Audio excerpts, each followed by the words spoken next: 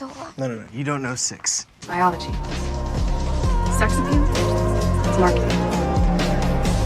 It's not the naked body that's exciting. It was the morning of August 31st, 2014, the day Hollywood woke up to its first true digital nightmare.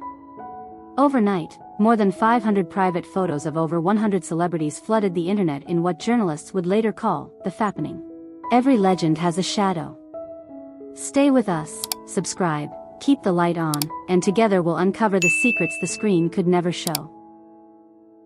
Among the names that turned the web into a feeding frenzy was Amber Heard, then a rising actress of 28, still known more for her beauty than for her fame.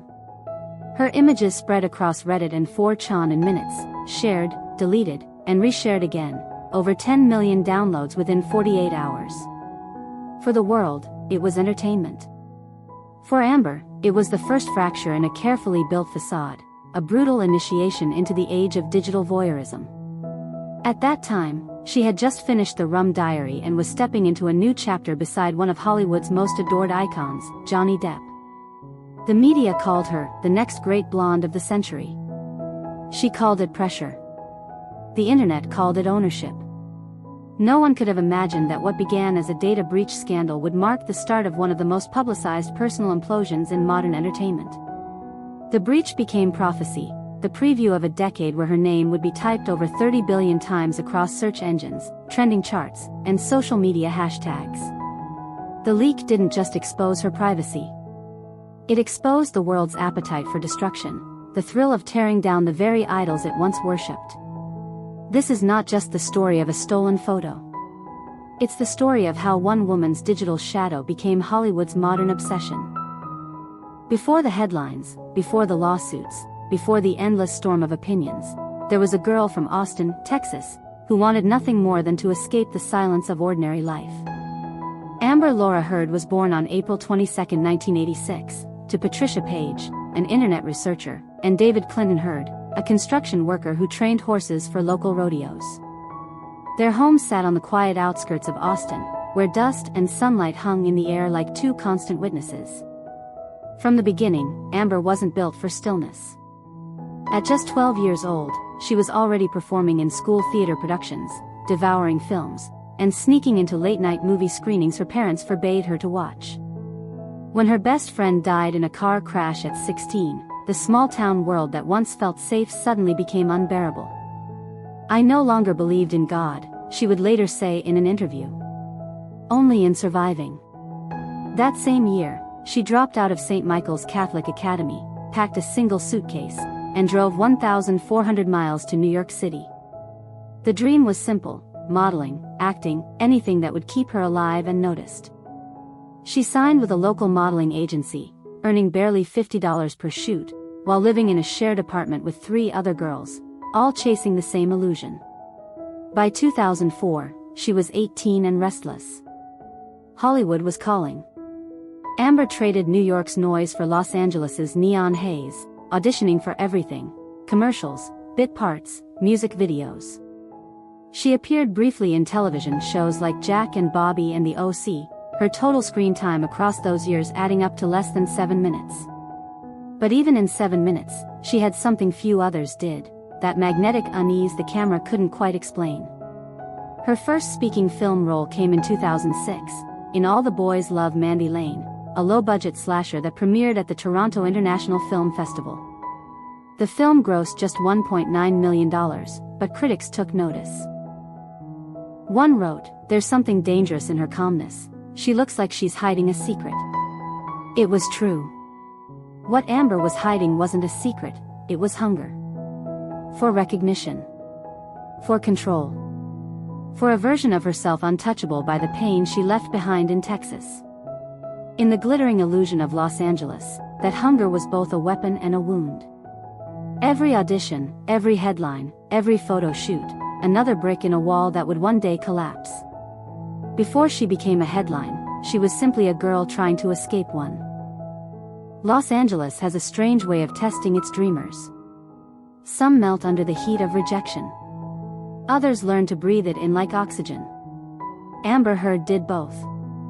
Between 2005 and 2008, she appeared in more than a dozen small productions: Friday Night Lights, Drop Dead Sexy, Alpha Dog, and a fleeting cameo in And the Pineapple Express.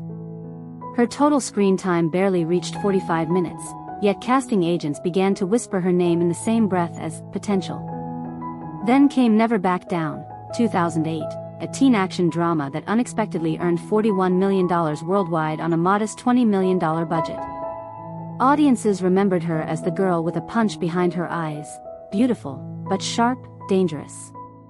That same year she starred opposite Seth Rogen and James Franco in Pineapple Express, a box office juggernaut pulling in $102 million, cementing her as a fresh, rebellious face Hollywood could sell. By 2009, FHM listed her among its 100 sexiest women in the world.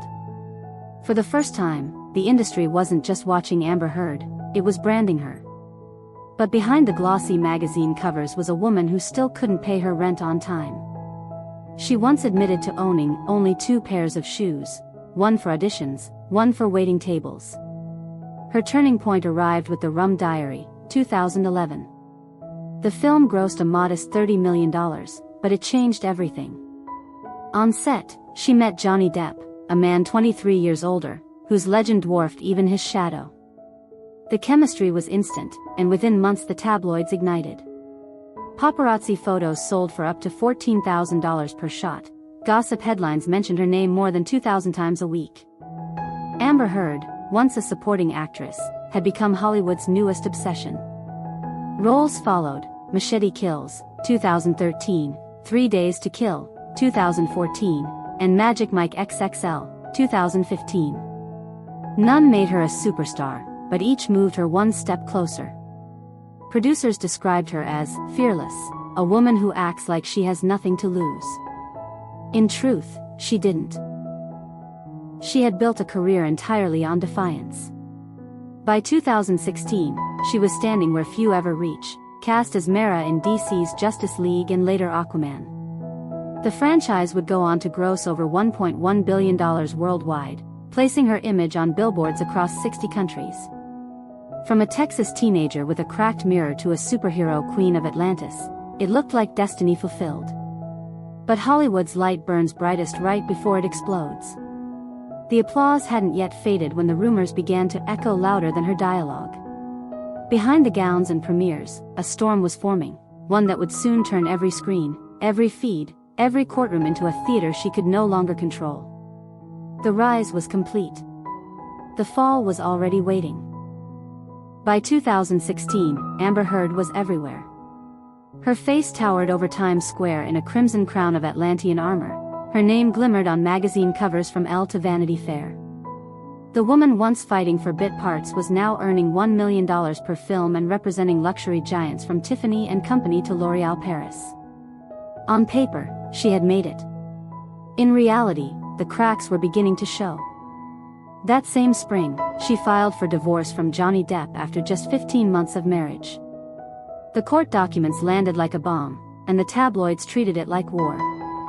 Within 72 hours, her name generated over 950 million Google searches. By the week's end, entertainment outlets worldwide had published more than 12,000 stories, each retelling the same drama with new adjectives: heartbroken, violent, victim, villain. The internet divided. In less than 2 weeks, hashtags supporting one side or the other reached over 2 billion views combined. For every photograph of her leaving a courthouse, there were 10 new conspiracy threads dissecting her body language. It was like watching my own life broadcast through 1,000 distorted mirrors, she would later tell The Times. In 2017, as the divorce finalized, DC Films confirmed her as Mera in Justice League. The movie opened to $657 million worldwide, a financial success shadowed by fan skepticism and online vitriol.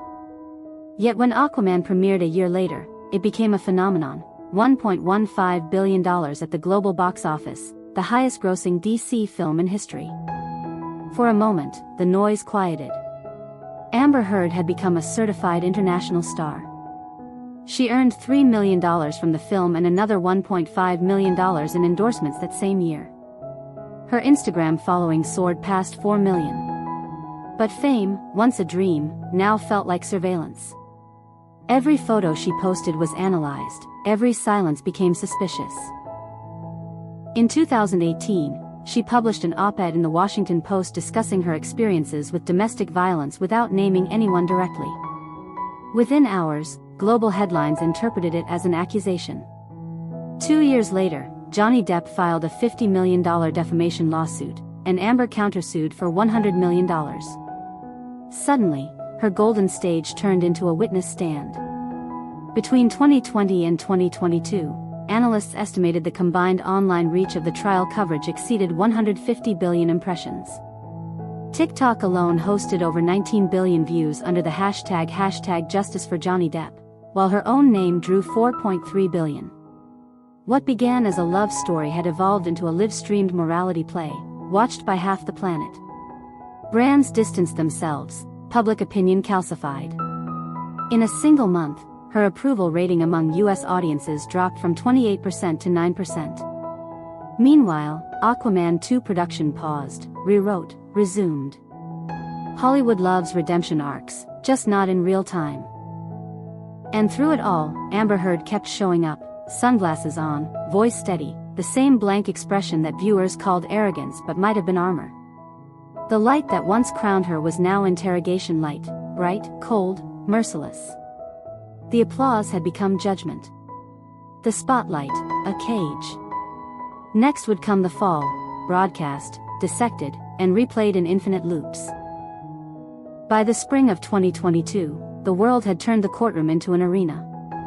Inside the Fairfax County Courthouse in Virginia, Amber Heard and Johnny Depp sat 20 feet apart while millions of strangers, from Iowa to Istanbul, watched their faces through glowing rectangles. Livestream numbers that normally belonged to presidential debates now surrounded a defamation trial. More than 500 YouTube channels broadcast daily commentary. One network alone, Law and Crime, reached 2.3 million concurrent viewers during key testimony. The trial was supposed to determine whether an opinion piece had defamed a man. Instead, it became a referendum on truth itself. The digital storm. Within the first week, the hashtag #JusticeForJohnnyDepp exploded past 10 billion views on TikTok.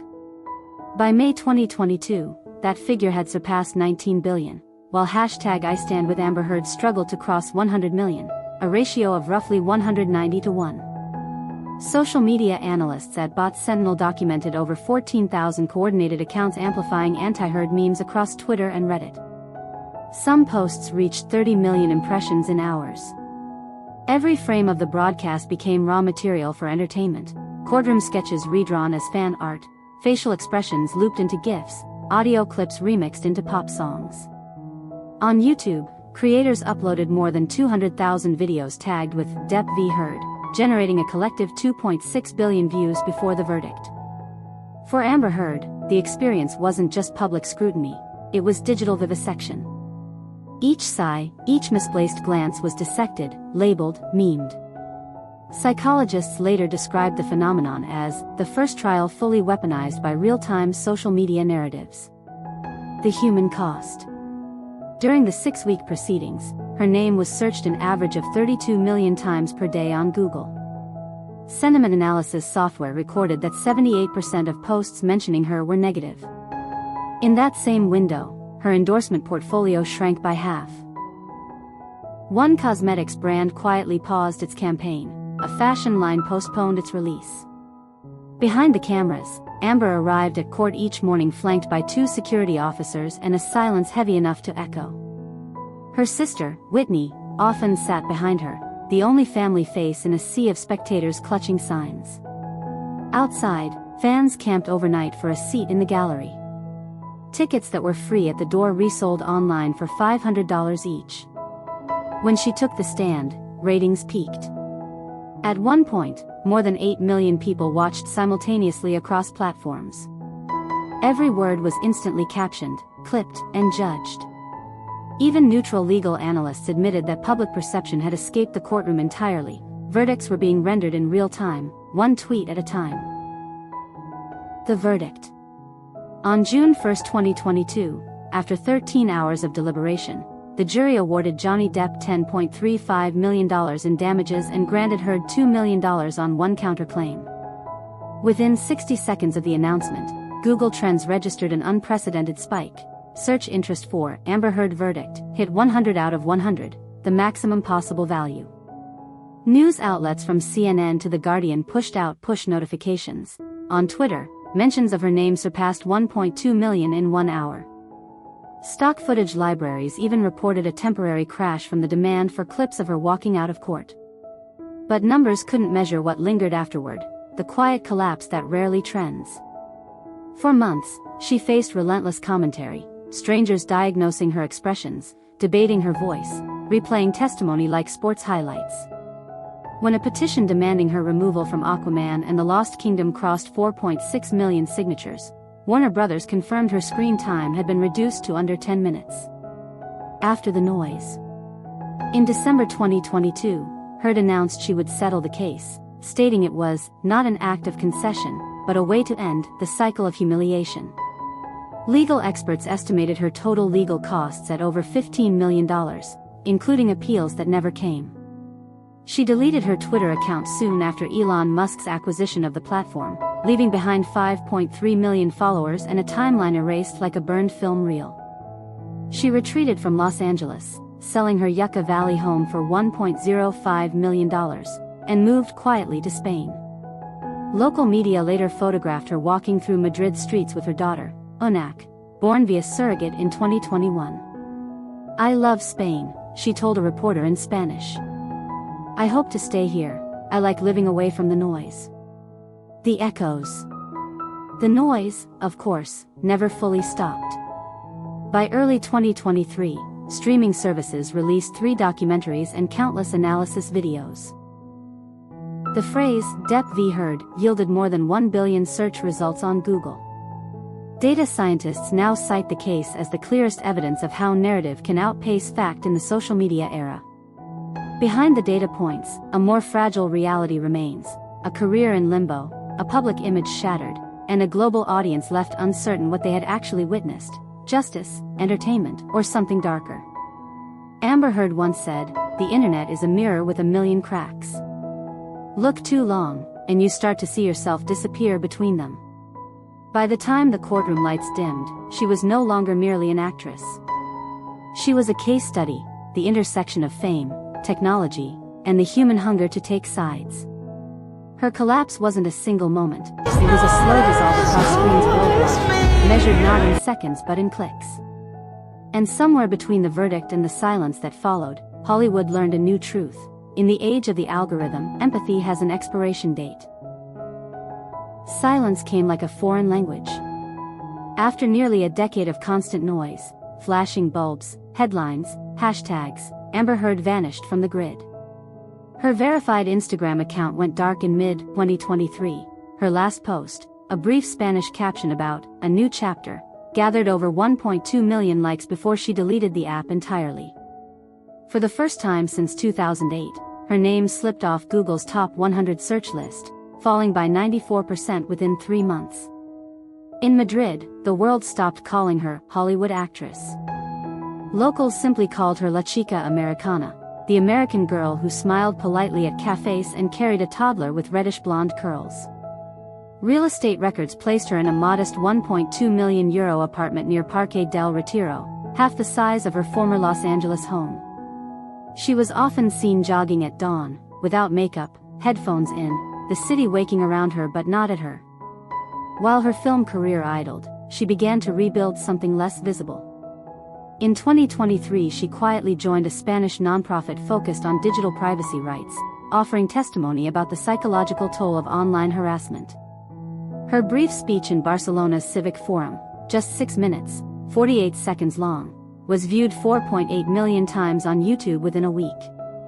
The comments, once a battlefield, surprised even analysts. 62% were neutral or supportive, the highest positive ratio her name had received in 5 years. Professionally, she kept one foot in cinema. European distributors confirmed her return in an independent drama titled In the Fire, shot for under $2 million, premiering at Taormina Film Festival 2023. Critics were cautious but not cruel. Variety called it a restrained, human performance from a woman rebuilding herself on and off screen. The film grossed a modest $320,000, yet symbolically it was priceless. her first credit not followed by a headline. Meanwhile, universities began citing her case in courses on digital ethics and mass psychology. A 2023 MIT report titled "The Trial That Broke the Internet" devoted 28 pages to the algorithmic bias that amplified hostility toward her. Media scholars estimate that studying the online footprint of the trial will take over 30 terabytes of archived data, more digital weight than the entire Library of Congress in 1987. For Amber, rebirth wasn't about forgiveness. It was about anonymity, learning how to breathe without being seen. "I'm not here to rewrite the story," she told a Spanish journalist. "I'm just trying to live one that isn't written for me." Today, her social media presence is zero, her public schedule minimal. Yet traces of the old storm remain, thousands of clips, millions of opinions frozen in data clouds that will outlive everyone involved. That, perhaps, is the strange legacy of modern celebrity. Nothing ever really dies, it simply scrolls further down the feed. And still, somewhere in Madrid, a single mother walks her daughter to school each morning, unnoticed, untagged, unstreamed, proof that sometimes the loudest comeback is silence. By 2025, the numbers had finally stopped moving.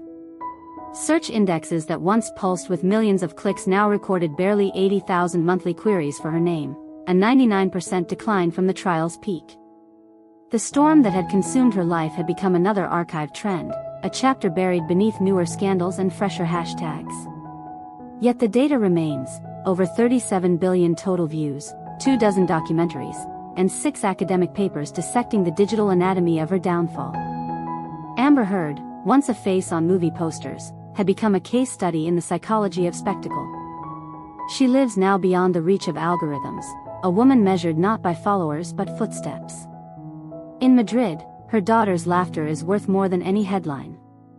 The metrics are smaller, but they belong to her: 1 cup of coffee each morning, 2 miles run before sunrise, a life counted in quiet repetitions instead of retweets. And as Hollywood moves on, one question lingers like an afterimage. What did we really learn from watching her burn? Perhaps nothing, except that in the digital age, the line between justice and entertainment is only a scroll apart.